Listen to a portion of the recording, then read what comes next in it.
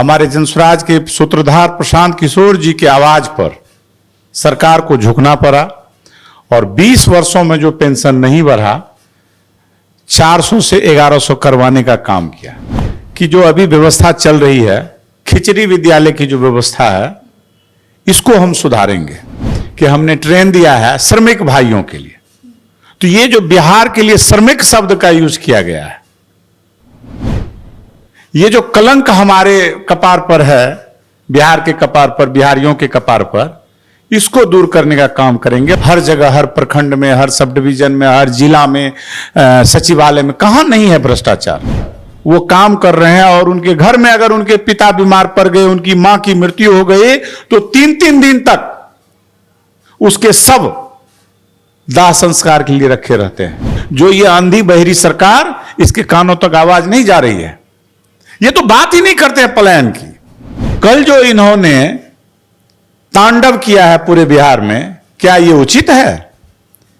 जो गुंडागर्दी इन्होंने की है, क्या ये आपको उचित लग रहा है? किसको नहीं पता है कि मां का अपमान नहीं होना चाहिए? आप किसको बताना चाह रहे हैं ये चीज? नमस्कार, फर्स्ट बिहार झारखंड देख रहे हैं आप। मैं हूं आपके साथ प्रिया पांडे। बिहार में आगामी विधानसभा चुनाव अब से कुछ ही महीनों बाद होने वाले हैं। ऐसे में सभी राजनीतिक पार्टियां एक्टिव मोड में नजर आ रही हैं। सत्ता पक्ष के लोग सभी तबके की बात करते हुए नजर आ रहे हैं, तो वहीं विपक्ष लगातार सत्ता पक्ष से सवाल करते हुए नजर आ रहा है कि आखिरकार जो मौजूदा दौर चल रहा है, नीतीश कुमार जो हैं वो अब अचेत अवस्था में चले गए हैं। इस बीच एक और पार्टी जो काफी सक्रिय नजर आ रही है, वो जनसुराज के सूत्रधार प्रशांत किशोर हैं। बदलाव यात्रा कर रहे हैं प्रशांत किशोर और लोगों को साधने की कोशिश कर रहे हैं और वो भी काफी एक्टिव नजर आ रहे हैं। हमारे साथ बातचीत करने के लिए संतोष कुमार सिंह हैं, पूर्णिया से जिला परिषद सदस्य हैं। हम उनसे तमाम मुद्दों पर बातचीत करेंगे और जानने की कोशिश करेंगे कि इस बार उनकी पार्टी का दमखम कितना दिखने वाला है। बहुत बहुत धन्यवाद प्रिया जी। और आपका विशेष रूप से धन्यवाद है, आप अपने चैनल पर हमको अपनी और अपने क्षेत्र की बात रखने का मौका दिया। सबसे पहले संतोष जी, आप अपने क्षेत्र में किस तरीके का जो पूरा मुद्दा है, आप अपने क्षेत्र में क्या देख पा रहे हैं? देखिए, हमारे क्षेत्र में सबसे बड़ा मुद्दा जो है वो शिक्षा का है, स्वास्थ्य का है, सामाजिक पेंशन का है, मनरेगा का है।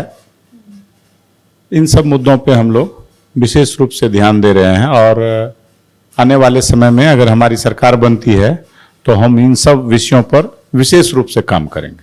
आपने पेंशन की बात की। अभी हाल फिलहाल में ही नीतीश कुमार सभी तबके की बात कर रहे हैं। 400 से 1100 रुपए उन्होंने सामाजिक सुरक्षा पेंशन की बढ़ोतरी कर दी है। कैसे देखते हैं आप? एक तरफ जो विपक्ष है वो लगातार ये आरोप लगाते हुआ कि नकलची सरकार है, और जो सत्ता पक्ष के लोग हैं वो कागजी कार्रवाई के द्वारा वो देते हुए, जवाब देते हुए नजर आ रहे हैं। कैसे देख रहे हैं? देखिए प्रिया जी, सबसे बड़ी बात है, हम बिना सरकार में आए, हमारी पार्टी की ये बहुत बड़ी जीत है कि जनसुराज के आह्वान पर, हमारे जनसुराज के सूत्रधार प्रशांत किशोर जी की आवाज पर सरकार को झुकना पड़ा और 20 वर्षों में जो पेंशन नहीं बढ़ा 400 से 1100 करवाने का काम किया। हमारी पार्टी के सूत्रधार ने जैसे अनाउंस किया कि हम लोग 2000 सामाजिक पेंशन देने का काम करेंगे, तो सरकार को झुकना पड़ा और 400 से 1100 करना पड़ा। ये हमारी पार्टी का सबसे बड़ा जीत है चुनाव के पूर्व। अगर आपको टिकट अपने क्षेत्र से मिलता है तो आप सबसे पहले, आपका रोड मैप क्या होगा? किन मुद्दों को लेकर के आप जनता के समक्ष रहेंगे?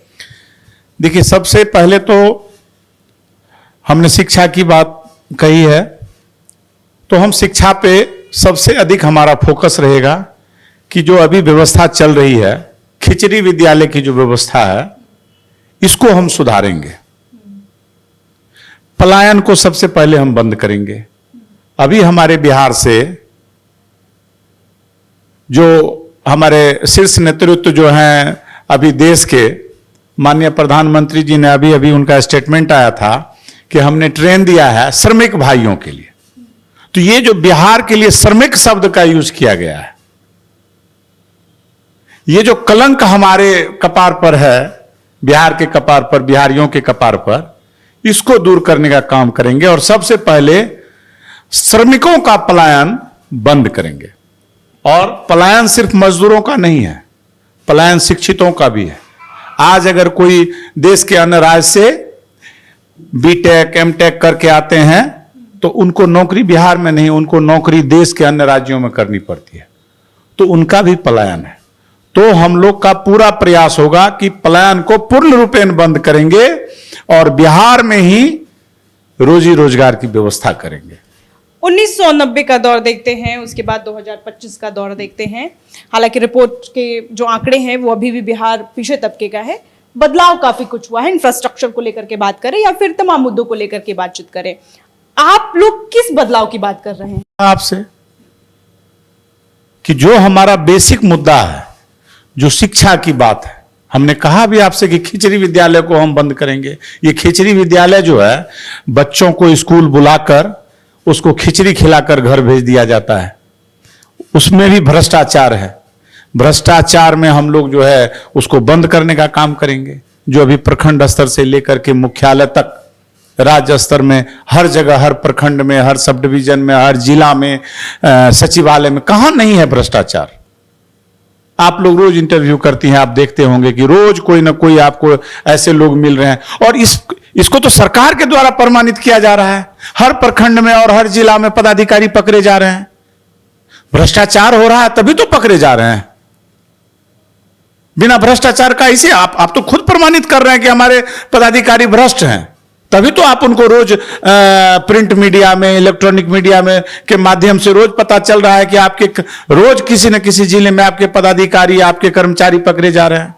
तो भ्रष्टाचार की क्या स्थिति है, यह किसी को बताने की आवश्यकता नहीं, ये तो खुद सरकार बता रही है अपने रिपोर्ट में। अब पलायन का आप देख लीजिए क्या स्थिति है, ट्रेनों में लोग धक्के खाकर जा रहे हैं। आज ऐसी स्थिति है कि हमारे राज्य के, हमारे गांव के, हमारे परिवार के मजदूर अगर देश के अन्य राज्यों में, गुजरात, राजस्थान, हिमाचल, जहां भी काम करने जाते हैं, तो वहां अगर वो काम कर रहे हैं और उनके घर में अगर उनके पिता बीमार पड़ गए, उनकी मां की मृत्यु हो गई, तो 3-3 दिन तक उसके शव दाह संस्कार के लिए रखे रहते हैं कि बेटा आएगा तो दाह संस्कार होगा। उसकी पत्नी रोड के तरफ टकटकी लगाकर बैठी रहती है और कहती है, कोई गाड़ी का अगर आवाज हो जाता है, कोई हॉर्न बज जाता है, तो उसको लगता है कहीं मेरा पति तो नहीं आ गया। उसकी मां सोचती है कहीं मेरा बेटा तो नहीं आ गया। यह दर्द है पलायन का। इसको समझने की आवश्यकता है, इसको महसूस करने की आवश्यकता है। जो ये अंधी बहरी सरकार, इसके कानों तक आवाज नहीं जा रही है। ये तो बात ही नहीं करते हैं पलायन की। ये तो बात करते हैं कि देश के अन्य राज्यों में अगर बिहार के मजदूर नहीं जाएंगे तो उनका चक्का जाम हो जाएगा। ये तो इसको गर्व मानते हैं। लेकिन हमारी पार्टी, हम लोग और हमारी पार्टी के सूत्रधार ऐसा नहीं मानते हैं। बिहार बदलाव यात्रा को किस तरीके से देख रहे हैं? क्योंकि लगातार प्रशांत किशोर जो हैं वो हर एक विधानसभाओं में जा रहे हैं, लोगों को संबोधित कर रहे हैं। किस स्तर तक देख रहे हैं बिहार बदलाव यात्रा को? प्रिया जी, क्या आपको नहीं लगता, आप रोज इंटरव्यू करते हैं कि हम लोग के यहां क्या स्थिति है और बदलाव कहां तक हो चुका है? बदलाव हो चुका है। ये इंटरनल करेंट है। इसको आप जेपी आंदोलन से तुलना कीजिए। ये उसी तरह का आंदोलन है। आप गांव में जाइए, आप पंचायतों में जाइए, तब आपको पता चलेगा कि बदलाव की क्या स्थिति है।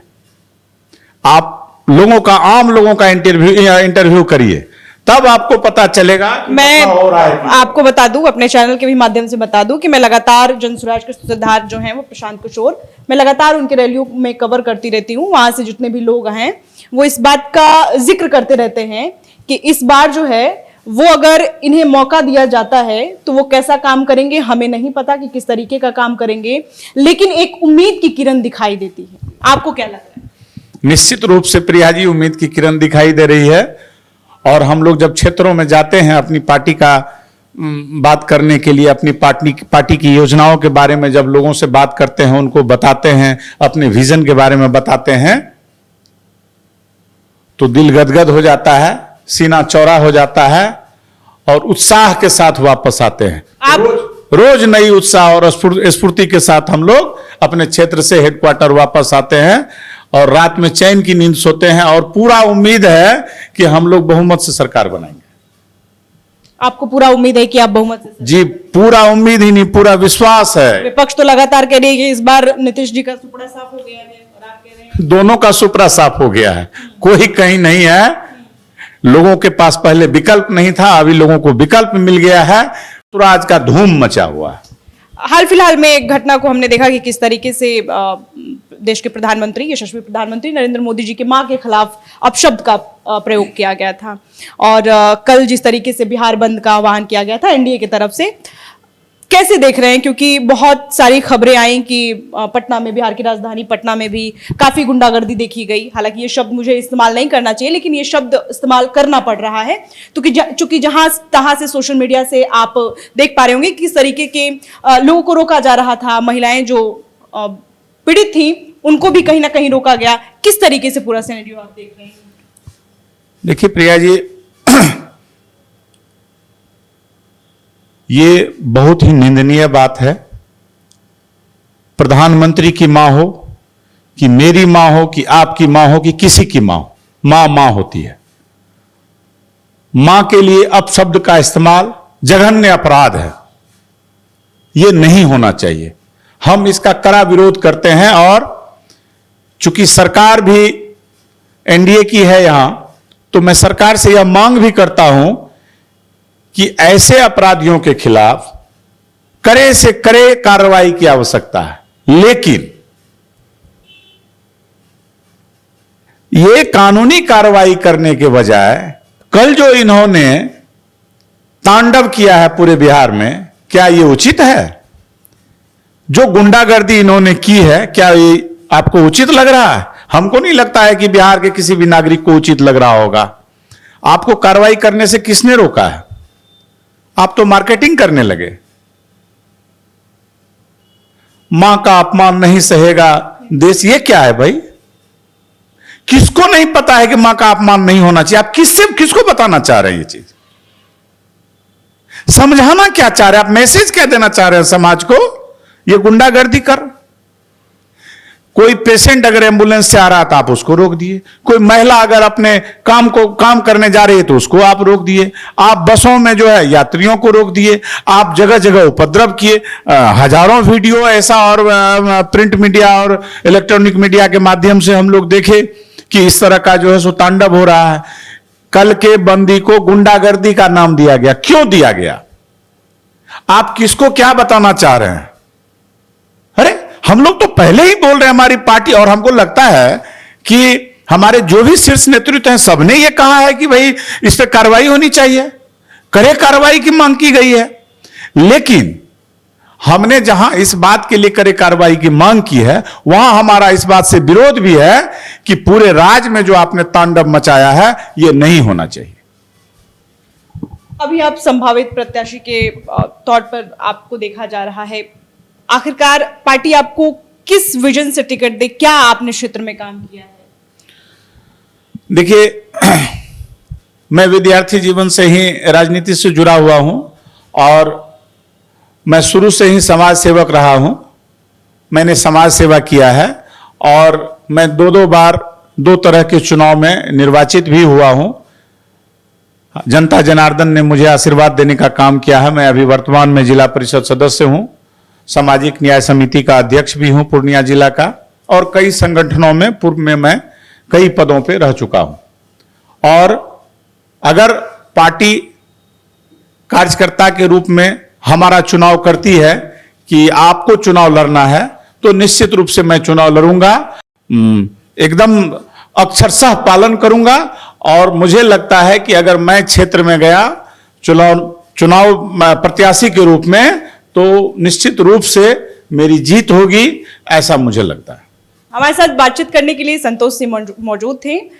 वो तमाम जनसुराज के मुद्दों पर लगातार बोलते हुए नजर आए।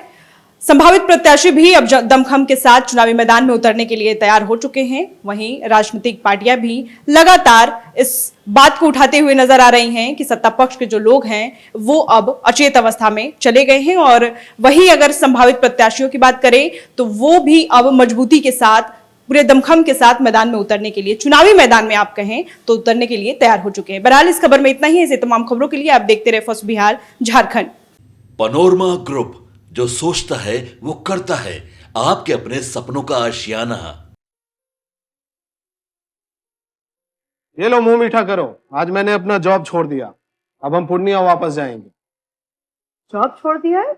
मतलब ये घर कैसे चलेगा? हम करेंगे क्या? और माँ बाबूजी क्या बोलेंगे? इसलिए मैं एक और मिठाई का डब्बा लाया। अपने बिजनेस के लिए लोन अप्रूव हो गया। अरे लोन अप्रूव हो गया वो तो ठीक है, लेकिन पूर्णिया में हम रहेंगे कहाँ? अपना घर भी तो नहीं है वहां। इसलिए तो एक और मिठाई का डब्बा अलग से लाया हूं। हमने पूर्णिया में घर ले लिया है, पूर्णिया के ई होम्स पैनोरमा में। पूर्णिया में पैनोरमा ग्रुप लेकर आए हैं ई होम्स पैनोरमा। बड़ा घर, आलीशान जिंदगी और अत्याधुनिक सुविधाओं के संग। अरे अरे, अब क्यों मुंह मीठा करवा रही हो? क्योंकि हम घर वापसी जो कर रहे हैं। घर वापसी की खुशी पूर्णिया में ई होम्स पैनोरमा के संग। ई Homes Panorama, luxurious lifestyle redefined.